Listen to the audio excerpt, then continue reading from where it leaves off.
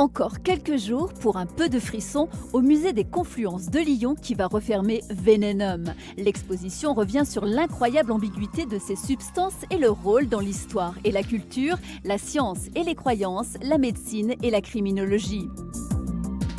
Il y a 50 ans, Grenoble accueillait les Jeux Olympiques d'hiver. Le musée dauphinois rend hommage à cet événement en proposant une exposition à la fois ludique et pédagogique. Au fil de la visite, vous pourrez caresser du regard les 3 médailles d'or de Jean-Claude Killy, embarquer dans un bobsleigh d'époque pour une descente virtuelle et revoir les images fortes de cette compétition qui fut la première au monde à être retransmise en direct et en couleur à la télévision.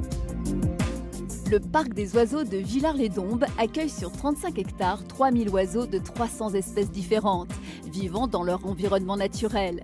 Les paysages et la végétation sont reconstitués en une scénographie de 24 espaces de vie où les visiteurs peuvent voir évoluer les espèces.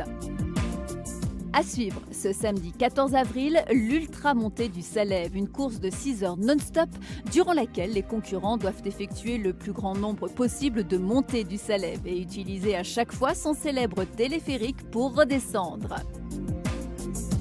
Pendant ses vacances scolaires, direction la Loire, au Planétarium de Saint-Étienne. En 1 heure, le Planétarium vous propose un film à 360 degrés suivi d'une visite du ciel étoilé avec un animateur. Confortablement installé dans un fauteuil, vous mêlerez voyage et découverte avec des contes, des documentaires et découvrirez Lucia, le secret des étoiles filantes, la toute nouvelle production du Planétarium.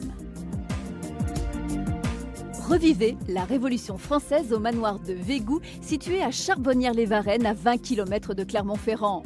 Au programme, visites costumées, des visites guidées animées par un guide comédien en costume d'époque, ainsi que des visites théâtralisées et une chasse au trésor.